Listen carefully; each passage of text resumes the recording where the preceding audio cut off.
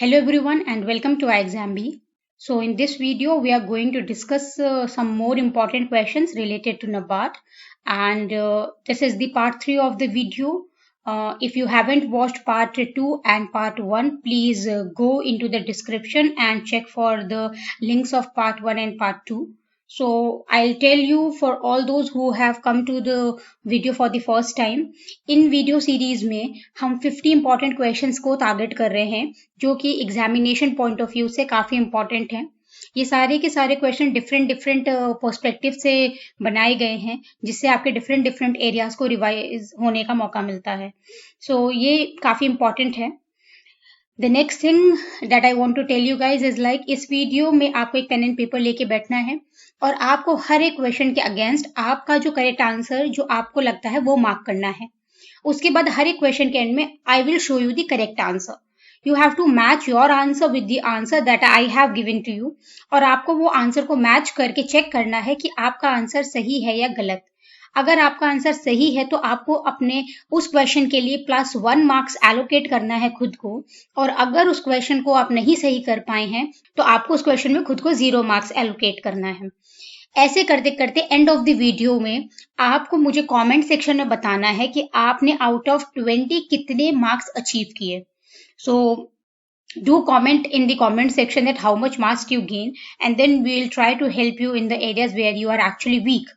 Okay, so I think the strategy is clear, so we can begin with the questions. So this is the first question on the screen. So it goes like, in the below picture what is highlighted part for? So यहाँ पर एक highlighted part है हमारे सबके सामने, तो उस highlighted part को हम क्या बोलते हैं?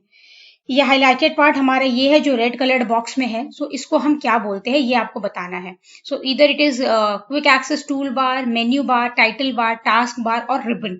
सो इसका करेक्ट आंसर हमारा है टाइटल बार। ये जो है जहां पे हमारा वर्ड एग्जाम्पल लिखा हुआ ये हमारा फाइल का नाम होता है, ठीक है, और इसको हम कहते हैं टाइटल ऑफ द फाइल और इसको रिप्रेजेंट करते हैं हम लोग टाइटल बार में। सो इसका करेक्ट आंसर है हमारा टाइटल बार। ये हमारा हॉरिजॉन्टली लोकेटेड होता है टॉप ऑफ द जीयूआई पे और यहाँ पे जो भी टाइटल होता है हमारे सॉफ्टवेयर का वो आता है, प्लस हमारे सॉफ्टवेयर का नाम भी आता है। जैसे ये MS वर्ड है तो यहाँ पे देखिए आपको MS वर्ड हाईलाइटेड दिख रहा होगा, ठीक है। तो इस तरह से ये काम करता है। So now in the question you have to just check whether this part is highlighted and what it is called as. Okay, so अगर आपको कहीं भी क्वेश्चन पढ़ने के लिए ज्यादा टाइम चाहिए तो you have to pause the video. आप वीडियो को पॉज करेंगे और क्वेश्चन को रीड करने के बाद आप वीडियो को अनपॉज करके चेक करेंगे कि आप सवाल सही था कि गलत। दूसरा क्वेश्चन क्या बोलता है? दूसरा क्वेश्चन बोलता है Microsoft Excel can be use to create what? So Microsoft Excel हमारा माइक्रोसॉफ्ट ऑफिस का पार्ट होता है, तो इसकी मदद से हम क्या क्या बनाते हैं? तो budget of a company, meeting presentation, smart art design, Photoshop document या any of these can be made using Microsoft Excel. So इसका करेक्ट आंसर है हमारा budget of a company. Budget of the company में हमारे कई mathematical calculations involve होते हैं, कई फॉर्मूला इन्वॉल्व होते हैं जिसमें हमें बहुत सारा डेटा डालना पड़ता है और ये सारा काम हमारा स्प्रेडशीट्स में होता है। ओके, सो ये सारी स्प्रेडशीट्स हमारी होती है माइक्रोसॉफ्ट एक्सेल के अंदर, तो इसका आंसर होगा हमारा budget of a company. Meeting presentation हम पावर पॉइंट पे बनाते हैं जिसको हम PPT बोलते हैं। स्मार्ट आर्ट डिजाइन हम वर्ड पे बना सकते हैं। स्मार्ट आर्ट डिजाइन हम फोटोशॉप पे भी बना सकते हैं। स्मार्ट आर्ट डिजाइन हम वर्ड पे भी बना सकते हैं और PPT में भी बना सकते हैं, मतलब पावर पॉइंट में भी बना सकते हैं। और फोटोशॉप डॉक्यूमेंट हम एडोब फोटोशॉप में बनाते हैं। ओके, फोटोशॉप डॉक्यूमेंट हमारा एडोब फोटोशॉप पे रहता है। ओके, ये डिजाइनिंग पर्पस के लिए होता है। सो इसका करेक्ट आंसर हमारा होगा budget of a company. So third question on the screen is which is not a plastic money? So इनमें से कौन सा है जो प्लास्टिक मनी नहीं है? It is the question for not a plastic money. So smart card, debit card, credit card, 500 rupee note और a charge card. सो इसमें से कौन सा प्लास्टिक मनी नहीं है? सो इसका करेक्टली आंसर हमें दिख रहा है, इसका करेक्ट आंसर है 500 रुपी नोट, क्योंकि ये हमारी नॉर्मल करेंसी है। It is not a plastic money. लेकिन हमारे स्मार्ट कार्ड हो गया, डेबिट कार्ड हो गया, क्रेडिट कार्ड हो गया और डिफरेंट चार्ज कार्ड्स होते हैं, ये सारे के सारे हमारे क्या होते हैं? हमारे प्लास्टिक मनी होते हैं। ये प्लास्टिक मटेरियल से बनते हैं इसलिए हम इनको प्लास्टिक मनी बोलते हैं। लेकिन ये हमारा नोट्स हमारे पेपर से बनते हैं, ओके, और इसलिए हम इनको प्लास्टिक मनी नहीं कहते हैं, ठीक है। फोर्थ क्वेश्चन है what serviced to Bhim mobile app offer. Okay, so what services, it is basically not the, it is at what services do Bhim mobile app offer. Okay, so Bhim का मोबाइल ऐप कौन कौन से सर्विसेज को provide करता है. तो पहला ऑप्शन है to transfer money by VPA, to transfer money through bank account, balance inquiry, या फिर ऑल ऑफ द अबव, या फिर नन ऑफ द अबव. तो इसका करेक्ट आंसर हमारा होने वाला है ऑल ऑफ द अबव. हम भीम यूपीआई से हम ये सारे काम परफॉर्म कर सकते हैं, whether to check the balance. Okay, we can check the balance, we can transfer the money using VPA, and we can also transfer the money using a bank account. Okay, so ये हम सारी चीजें कर सकते हैं. So इसका correct answer होगा all of these. Fifth question is like internet escrow account is word related to which thing. So escrow करके एक अकाउंट होता है, escrow account करके एक वर्ड होता है, वो किससे रिलेटेड है इनमें से इंटरनेट पे. ई कॉमर्स, ई सिग्नेचर, डिजिटल करेंसी, ई बैंकिंग, या फिर मोबाइल बैंकिंग. एम बैंकिंग का मतलब होता है मोबाइल बैंकिंग. ओके, तो इनमें से किससे रिलेटेड है. तो ये बेसिकली हमारा ई कॉमर्स से रिलेटेड है. Okay, so you can get in Google about the escrow account, वहां पे काफी ज्यादा डिटेल्स होती हैं. सो बेसिकली ये ट्रांजैक्शंस के लिए होता है. Okay, the e commerce transactions के लिए हम ये अकाउंट यूज करते हैं. तो ये बेसिकली हमारा ई कॉमर्स सर्विसेज में यूज होता है internet escrow account. The sixth question is like which among the following was India's first teraflop supercomputer.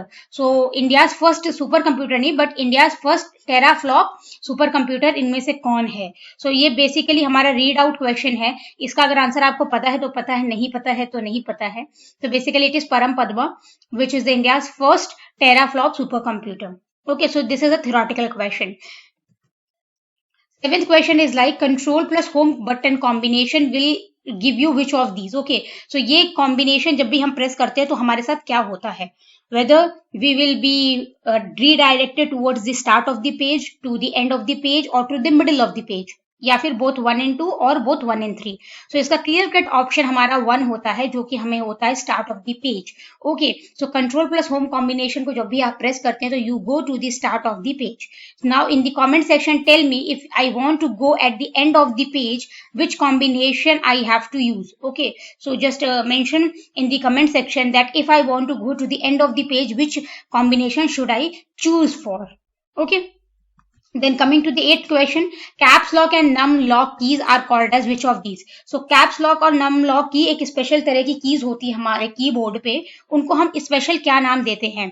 Toggle की बोलते हैं, कि स्पेशल की बोलते हैं, कि यूजुअल कीज बोलते हैं, कि कंट्रोल की बोलते हैं, कि शिफ्ट कीज बोलते हैं. सो बेसिकली हम इनको टॉगल कीज बोलते हैं. टॉगल की क्यों बोलते हैं, टॉगल का बेसिकली कुछ ऐसा सिग्निफिकेंस होता है, इस तरह का कोई बटन होता है जिसमें या तो दो ही स्टेट होती है, ऑन या ऑफ, तीसरा स्टेट नहीं होता टॉगल में. ओके, सो टॉगल स्टेट केवल दो ही होती हैं, ऑन या फिर ऑफ. तो अगर हमारा कैप्स ऑन है तो हमारे सारी चीजें क्या होंगी, कैपिटल में चलेंगी, सारे अल्फाबेट्स हमारे कैपिटल चलेंगे. और अगर ऑफ है तो हमारा क्या होता है, हमारा रनिंग में चलता है. ओके, रनिंग लेटर्स में चलते हैं, मतलब स्मॉल में चलते हैं.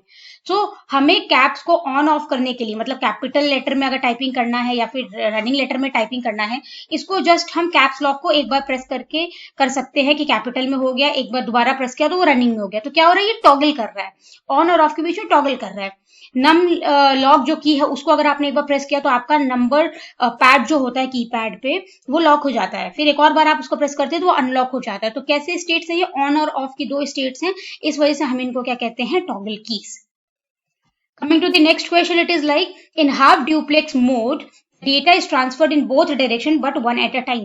So previous video में हमने modes of communications को डिस्कस किया था, जहां पर हमने simplex mode, half duplex mode और फुल ड्यूप्लेक्स मोड को डिटेल में बताया था कि एक्चुअली होते क्या हैं और काम कैसे करते हैं और इनके एग्जाम्पल्स क्या हैं. सो अगर आपको क्लियर नहीं है तो आप वहां जाकर के इन तीनों का डिटेल देख सकते हैं. पार्ट 2 के इस वीडियो में हमने इसको डिस्कस किया हुआ है. So basically this statement is completely true, और इसका एग्जांपल है हमारा वॉकी टॉकी, जिसके थ्रू क्या होता है कि कम्युनिकेशन तो दोनों डायरेक्शन में होता है लेकिन वन एट अ टाइम होता है. ओके, सो एग्जांपल हमारा इसका वॉकी टॉकी होता है, और इनका डिटेल जानने के लिए आप पार्ट 2 का इस वीडियो को रेफर कर सकते हैं. Coming to the 10th question, it is like the MAC address is the part of which of these. So MAC address एक एड्रेस होता है जो हमारे कंप्यूटर को या हमारे लैपटॉप को असाइन होता है, तो वो किसका पार्ट होता है बेसिकली. सो इसका आंसर पहले ही मैंने दे दिया है, इसका आंसर है NIC, that is the network interface card. So इसका फुल फॉर्म क्या होता है, नेटवर्क इंटरफेस कार्ड। सो ये नेटवर्क इंटरफेस कार्ड में क्या होता है, हमारा मैक एड्रेस ऑलरेडी इम्बेडेड होता है। ओके, सो और इसी नेटवर्क इंटरफेस कार्ड की वजह से हम इंटरनेट भी चला पाते हैं। Okay, coming to the next thing is like we have completed the 50 important questions that we were targeting. Okay, so हमने पिछले 2 वीडियो में और अब तक के एक्स्ट्रा 10 क्वेश्चंस करके हमने 50 क्वेश्चंस को कंप्लीट कर लिया है। So now what I have bring to you is like extra bonus questions करते हैं, क्योंकि आप लोगों ने बहुत अच्छा रिस्पॉन्स दिया है इस वीडियो सीरीज को। So I would just give you some bonus questions. So let's see those bonus questions one by one. So the first question is like what is consisting of CIA triad? So CIA triad करके एक बहुत important security triad होता है। So हमें ये बताना है कि CIA triad के क्या क्या कंपोनेंट्स होते हैं। confidentiality, availability, integrity, authorization, all except 4. So basically इसका करेक्ट आंसर है option number 5 which is like all except 4. So ये ट्रायड का मतलब क्या होता है? C stands for confidentiality, I stand for the integrity and A stands for the availability.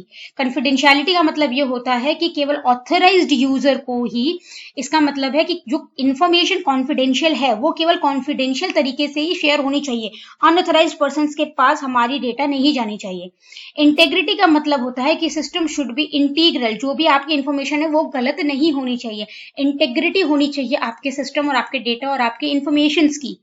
Availability का मतलब होता है आपकी services 24/7 throughout the globe should be available. Okay, so ये तीनों चीजें मिला करके हमारा CIA ट्रायड बनता है। ऑथराइजेशन हमारा इस ट्रायड का पार्ट नहीं होता है। ओके, ऑथराइजेशन हमारा पार्ट नहीं है, बाकी ये तीनों चीजें जो है वो हमारे CIA ट्रायड के पार्ट होते हैं। Next question is like if you use multiple web browser on your computer, each browser has its own set of cookies. So ये जो concept है ये हमारा browser plus cookies दोनों से related है। Okay, so यहाँ पे आपको बताना है ये statement true है या false. So this statement is completely true. So क्या होता है, हमारे जो भी हमारा browser होता है उसमें जो भी हम website को visit करते हैं, they store some set of data and those set of data is called as cookies. Okay, सो यहाँ पे कुकीज का एक कंसेप्ट होता है that if you are using multiple browser, like if you are using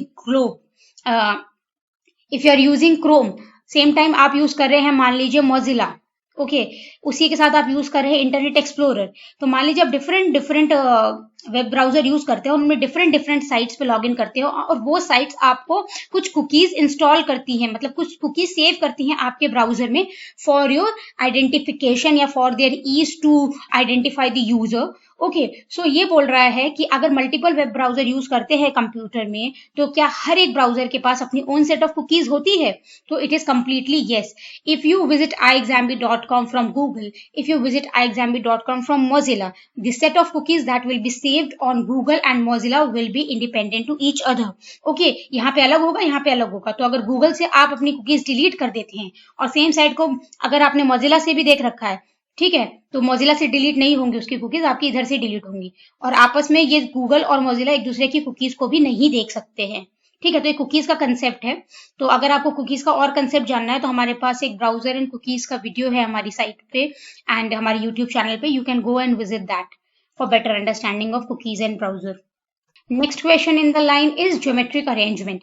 so geometric arrangement क्या होता है network में, उसको हमें बताना है। सो इसका करेक्ट आंसर है answer number 2, that is the topology. This was very basic question. So हमारा जो भी नेटवर्क है उसमें हमें ज्योमेट्रिकली कैसे चीजों को अरेंज करना है, लाइक ये सिस्टम यहाँ रहेगा, ये सिस्टम यहाँ रहेगा, ये सिस्टम यहाँ रहेगा और फिर वो आपस में कनेक्शन किस तरह से करेंगे।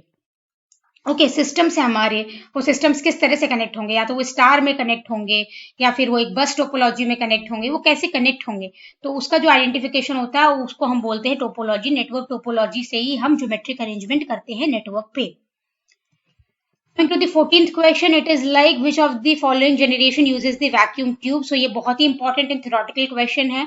सो इसका क्लियर कट आंसर है first generation. So first generation में यूज होते थे हमारे vacuum tubes. Now you guys have to tell me in second generation हम क्या यूज करते थे, थर्ड जनरेशन में क्या यूज करते थे, फोर्थ और फिफ्थ जनरेशन में हम क्या टेक्नोलॉजी को यूज करते थे in the comment section. You have to tell me कि हम क्या क्या टेक्नोलॉजी को यूज करते थे in the comment section. Even if you don't know the answer just try to attempt the question. Okay, और आप कमेंट सेक्शन में हमें लिख के बताइए। If you are wrong we will correct you there only. Okay,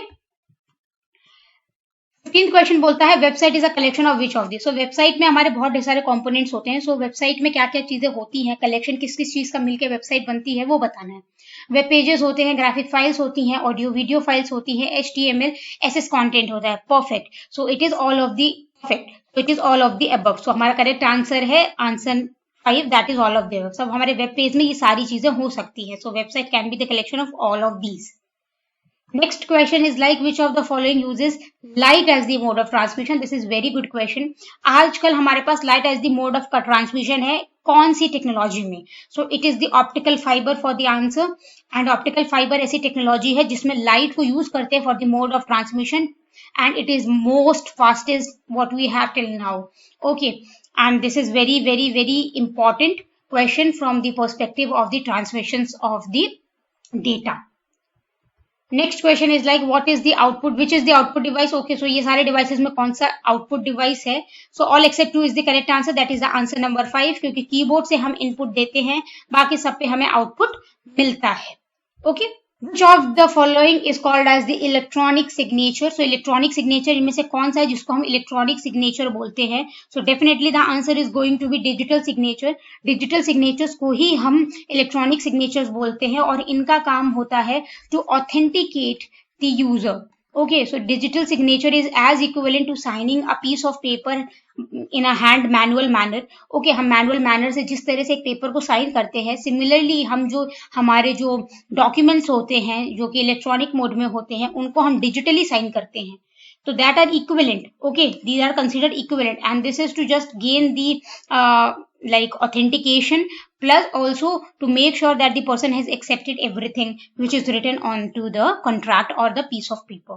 Okay, next question is like the setup slideshow option is available in which of the following ribbon option in the MS PowerPoint. So हमारे पास PowerPoint and everything में हमारे पास ribbon होता है जिसके अंदर हमारे पास 7 different tabs होते हैं। उन टैब्स में से कौन सा टैब ऐसा है जिसमें हमें सेटअप स्लाइड का ऑप्शन मिलता है? Okay, so it is the slide show thing.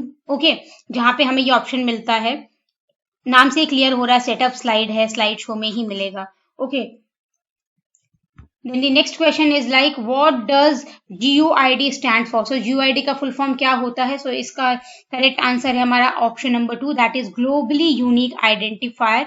Okay, so इसका हमारा ये करेक्ट आंसर है। ओके, सो यहाँ पर हमारा जो आईडी है वो हमारा पूरा आईडी को लेकर के चलता है, आईओडी अलग अलग नहीं है। This why it is important, क्योंकि बेसिक बाकी फुल फॉर्म से थोड़ा अलग सा है ये, ठीक है। So these were all the 20 questions that we brought to you. So now if you like this video, do hit the like button and also subscribe to the channel if you are watching it and not subscribed yet. Okay, if you will subscribe, after the hitting the subscribe button you have to click onto the bell icon, so that जब भी हम कोई video NABARD के लिए या other competitive exams के लिए upload करते हैं, and once we make it live you get the instant notification of those things. Okay, so better to stay updated, and for that you have to click onto this bell icon. For now I'll take the leave for this particular video series. We will come with some more concept later on with some other part of the video series, and keep us motivated and just bring your love to the videos so that we can get motivation to bring some more content to you.